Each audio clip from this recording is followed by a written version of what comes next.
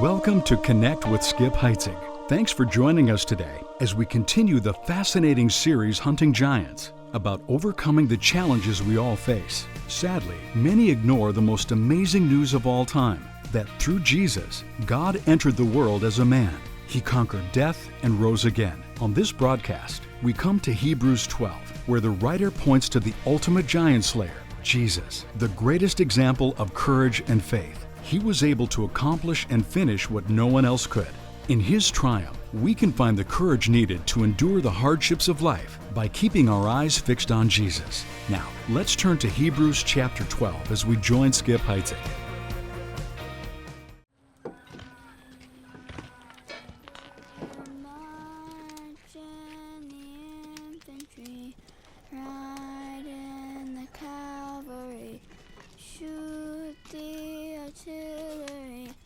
I may never fly over the enemy, but I'm in the Lord's army.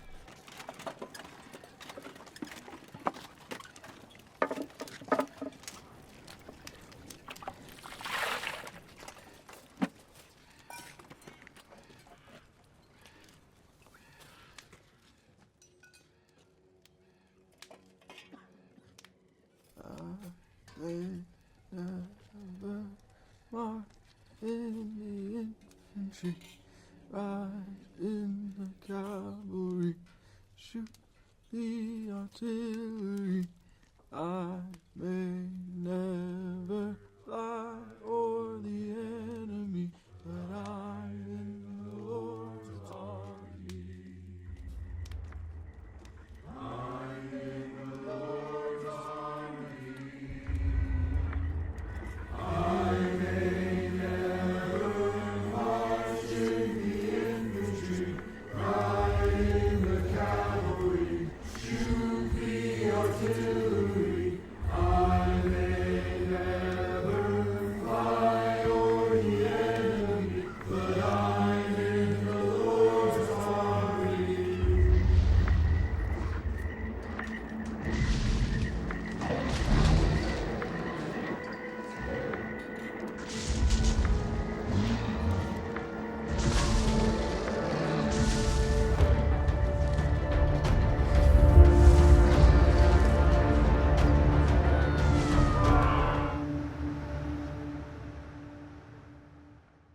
I've always loved the story about Thomas Edison, the inventor.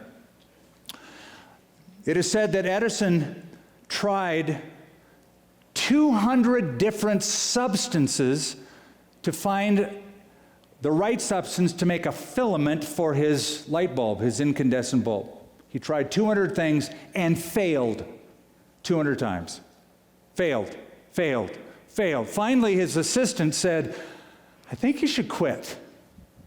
I don't think this is going to work. I know what you have in mind, but I don't think it's possible. So just quit." Edison's response was classic. He said, "Quit?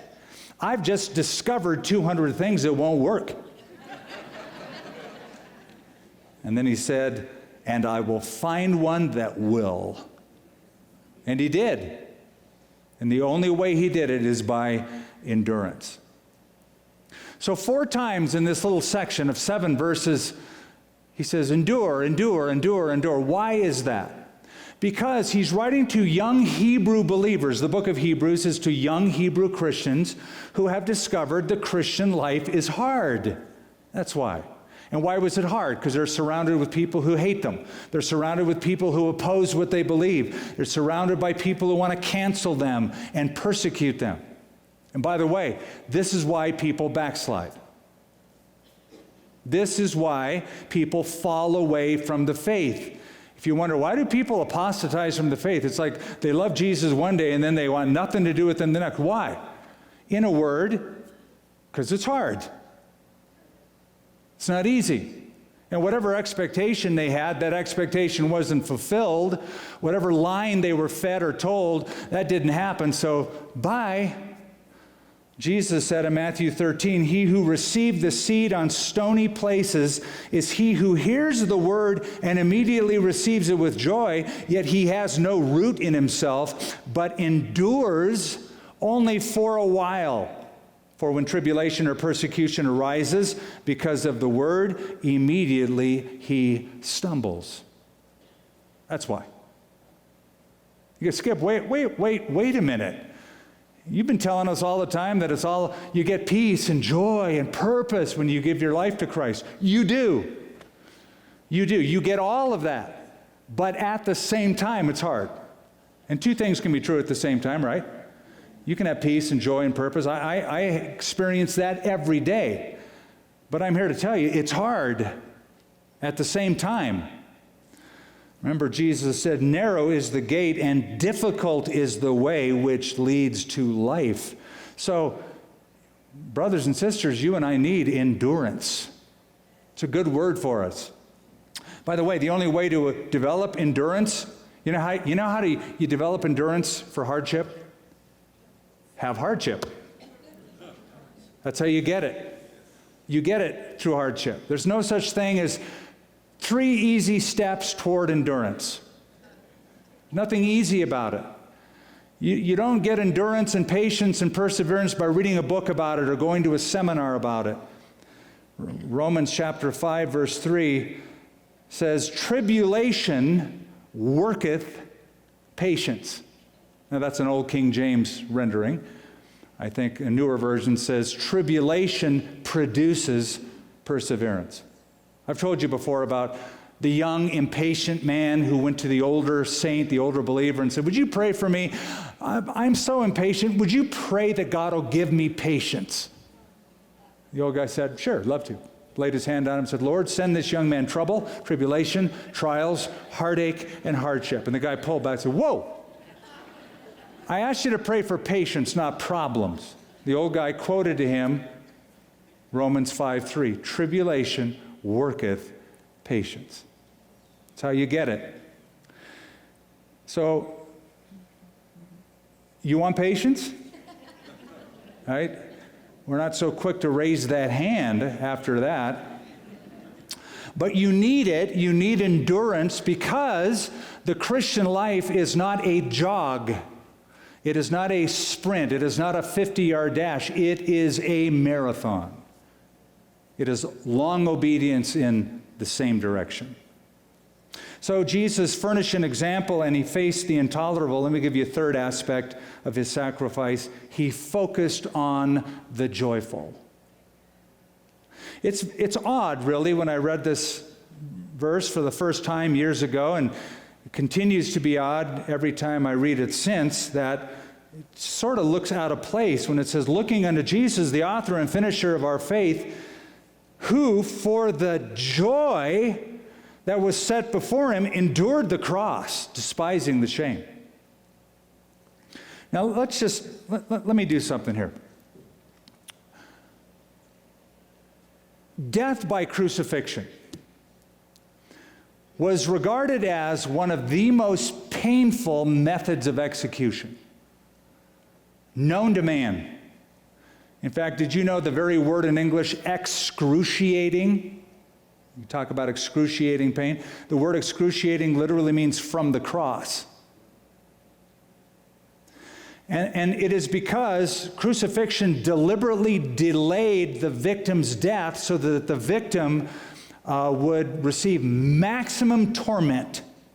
That's why they did it. They did it so that he would live on in suffering for hours and even days. So what do we know about Jesus' crucifixion? Well, he was arrested in a garden after sweating great drops of blood. In that weakened condition, he stands before authorities for not one trial, not two trials, but 6 individual trials. When he is finally convicted, he carries the upper part of his cross, known as the patibulum, weighed about 75 pounds. He had to march with that toward his place of execution, didn't make it all the way, he was so weak. When he finally got there, they took long tapered spikes and they stapled them in between his radius and ulna, the 2 bones that form a hook in the wrist, so that it wouldn't just tear the flesh. And they did the same, placing spikes in his feet. And then when that victim is placed upright, It doesn't take long before muscle cramps set in, and it's difficult to breathe, and the only way to breathe is to pull up on those spikes to get a breath and let it out, and usually the victim will die of suffocation. On top of that, Jesus was forsaken by the Father, for he said on the cross, my God, why have you forsaken me?" Now, I have a simple question after that description. How can there be any joy in any of that? Where's the joy? Well, let me piece a few texts together for you to answer the question. One is this text, "Who for the joy set before him." Makes us wonder, okay, I don't get it, where's the joy? Now, back in the Old Testament, Isaiah chapter 53, you're familiar with that? It's the most complete prophetic description of what would happen in Jesus' suffering on the cross. It says in Isaiah 53, verse 11, "He shall see the travail of his soul and be satisfied. My righteous servant shall justify many." In other words, Jesus, looking at what that death would accomplish in making people justified before God, brought satisfaction. Let me give you another text, Jude, verse 24. "Now unto him who is able to keep you from stumbling and present you faultless before the presence of his glory with exceeding joy." Don't misread that. It's not talking about your joy. Oh, you'll have plenty of joy. But it's not talking about your joy. It's talking about his joy. The joy that Jesus will have in presenting you to the Father as a trophy of salvation. So, putting all those texts together, the joy that was set before him was the joy of anticipating your salvation. Even though you were yet unborn, he knew that one day you would believe and be his disciple, and that one day he will have the joy of presenting you to the Father as a trophy of salvation. That's the joy that was set before him. Now, keep in mind, that is for a point that the author is making, and that is this. He's encouraging his audience to joyfully endure a very hard life, a difficult life. By the way, I didn't even tell you this yet. He talks about running the race here. There's a word that he uses for race. And when I tell you the word in Greek, you're going to hear a word that it sounds like in English. The word for race here is agona. What does that sound like? Agony. It's where we get our word agony. So it's a hard, difficult race. It's a competition. It's where you sweat. That's the race we're in. It's an agona. Now, I used to run, but I'm not like a real runner. But I had plenty of guys that I knew and gals I knew who were so serious about running competitively. And I always noticed it was hard. I look at their faces when they run. They're not smiling. It's, and they work out, and they don't eat fun stuff, and they train their body so hard. And so you got to wonder, why are you doing that? I mean, there's got to be some joy somewhere. There's got to be some payoff for that. And what is the joy of running a race? It's winning, right? So the joy they have, or the joy that a runner has, is deferred joy. It's not joy while you're running the race. It's joy when you have completed the task and you've won the gold.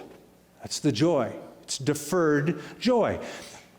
We understand this principle. Anything in life that is hard to do has to have some payoff, otherwise you don't do it. Why do women have babies? It's not because they're thinking, I cannot wait for labor. I've always dreamed of that pain. No, it's deferred joy. Jesus spoke about this, John 16. A woman, when she is in labor, has sorrow because her hour has come. But as soon as she has given birth to the child, she no longer remembers the anguish for the joy that a human being has been born into the world. Now, here's my exhortation to y'all. Learn to put something joyful before you to motivate joy as you suffer. Put something joyful before you so that you can endure the suffering. It'll take the edge off. It could be a simple thought of, I'll become more mature when I get to the other end of this trial, or I'll become a more patient person. I've been praying for patience. This is going to happen. Or once I get through this hardship, I'll be more understanding and compassionate to people who are suffering in a similar manner. Do you remember when Paul and Silas went to Philippi and they got arrested and they got beaten with whips and they get chained to a prison? It says at midnight, Paul and Silas did what? They sang. They sang. They what? They sang praises to God. There's blood on their back. They didn't get what they expected. They're chained up. They can't go anywhere. And it's midnight, it's darkest time of the evening, and they sing. You only sing in prison if you're a dork. Or you have some joy that is set before you. And Paul wrote about that joy. He goes, I believe everything that has happened to me has happened for the furtherance of the gospel. God's behind this. I think something's going to happen. And it did. The prison guard got saved, etc. Charles Haddon Spurgeon wrote these words, any fool can sing in the day. It's easy to sing when we can read the notes by daylight, but the skillful singer is he who can sing when there is not a ray of light to read by. Songs in the night come only from God. Joy helps you endure the race. A little bit of faith can take your soul to heaven. You realize that. All you have to do is look to Jesus. You believe in him. You trust that his work is enough. That's enough to save you if you really believe that. A little bit of faith will take your soul to heaven, but a lot of faith will bring heaven to your soul. It brings joy. So he furnished an example. He faced the intolerable. He focused on the joyful. I'll give you a fourth and final essential, and we'll close this series out. He finished the essential. Because look what it says in verse 2. Looking unto Jesus, the author and finisher of our faith, who for the joy that was set before him endured the cross, despising the shame, and has sat down at the right hand of the throne of God. Now, we read through that and we don't really pick up what that means. So I want to explain that to you because to me it's maybe the best part. There's a word in the book of Hebrews. Just trust me when I tell you without reading through it all. It appears 13 times in the book. It's sort of the theme. It's the word better. We have something better than what anybody else had before us. We have a better sacrifice in Christ. We have a better covenant in Christ. We have better promises in Christ. And we have a better priesthood in Christ. He is called our great high priest in this book. And why is he a better priest? What makes Jesus better? He sat down. He sat down. Why did he sit down? Because he was done. He was finished. Now keep following me. Don't let me lose you. In the Old Testament, in the tabernacle, you remember that tent structure where they worshiped in the Old Testament? There were articles of furniture. So there were altars, there were lavers, there were tables, there were curtains, there was all sorts of pieces of furniture in the tabernacle. But there was one piece of furniture that was not in the tabernacle. You know what it was? A chair. You know why? Because priests never sat down. They'd go in every day, kill an animal, take its blood, sprinkle it, say prayers, light a candle or the oil lamp, go through their ritual, go out, do it again, did it morning and evening, every single day, every single week, every single month. And then there were festivals like Passover where they killed, it was like a butcher shop. They killed lamb after lamb. Josephus, the Jewish historian, said, at one Passover during the time of Christ, In a 2-day period, the Jews killed 250,000 lambs. It was endless. It was like Groundhog's Day. Every day, get up, kill the lamb, kill the lamb, kill the lamb, kill the lamb. So they were standing up until now. I want you to turn back really quickly to Hebrews chapter 10. Just go 2 blocks to the left. Hebrews chapter 10. We'll piece this together. We'll bring this to a close. Hebrews chapter 10, verse 11. And every priest stands ministering daily and offering repeatedly the same sacrifices, notice this, which can never take away sins. But this man, after he offered one sacrifice for sins, forever sat down at the right hand of God. He sat down because he was done. It's finished. There's no more work to do. It's over. That's the significance of on the cross, Jesus saying, "It is finished." It's another way of saying, I can pull up a chair.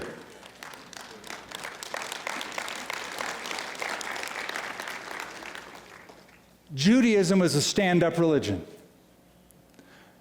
Your salvation is a sit-down salvation. Some of you are still on your feet, working hard to get saved, working hard to get right with God. I want to invite you to forsake your stand-up religion for a sit-down salvation. One where Jesus said, you don't have to do anything, I've done it all. I want to give a word in closing to my fellow giant hunters. This is war. We have made that pretty plain in this weekly Bible study of hunting giants. We face enemies every day. We have to endure. And here's why. We're following the one who was crucified. And you can't follow the one who was crucified without getting some battle wounds. Right? Jesus did say, listen, if they hate me, they're going to hate you. If they persecuted me, they're going to do it to you. If the world is against me, don't be surprised when they're against you. So there is a poem that I've always loved by Amy Carmichael, the missionary to India. She gave her life there, and she wrote so many great things. But she wrote a little poem that I've loved, and if you don't mind, I'd like to close by reciting that poem to you. It's called, Hast Thou No Scar? She said, hast thou no scar, no hidden scar on foot or side or hand? I hear thee sung as mighty in the land. I hear them hail thy bright ascendant star. Hast thou no scar? Hast thou no wound? Yet I was wounded by the archers, spent. Lean me against a tree to die and rent. By ravenous beasts that compass me, I swooned. Hast thou no wound? No wound, no scar. Yet as the master shall the servant be, and pierced are the feet that follow me. But thine are whole. Can he have traveled far who has no wound or scar? See, if you follow Jesus, you're going to get scarred up. Wear them as a badge of honor. Listen, the series on hunting giants is done, but we've just begun hunting giants.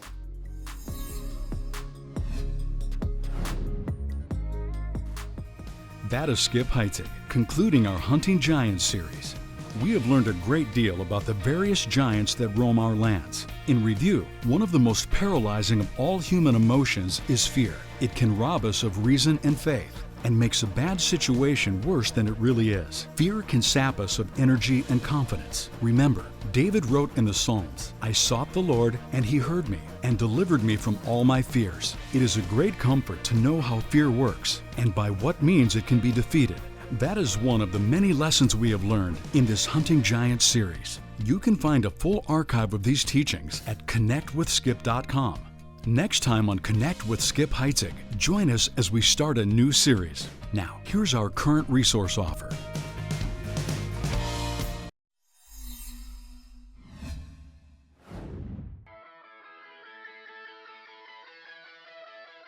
Joy in the midst of hardship is a hallmark of the Christian life, but is it really possible? Here's Heitzig.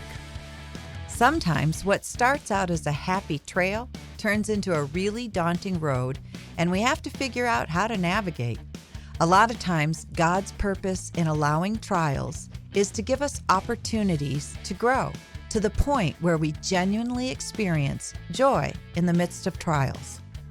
Learn how to face trials with courage, wisdom, and yes, joy with Lenya's booklet, Happy Trials. And when you give $20 or more today to help keep this Bible teaching ministry on the air, we'll send you a special bundle of 3 booklets by Lenya: Happy Trials, Don't Tempt Me, and Speak No Evil.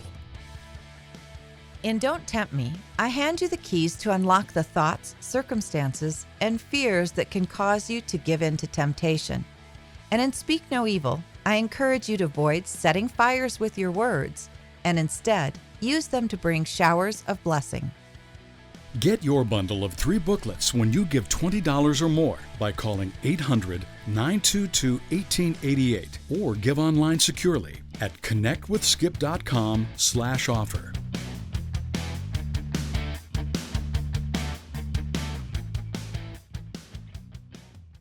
To receive this package of special resources, call now 1-800-922-1888 or check in at connectwithskip.com. That's 1-800-922-1888 or connectwithskip.com. And join us next time for more Bible teaching from Skip Heitzig.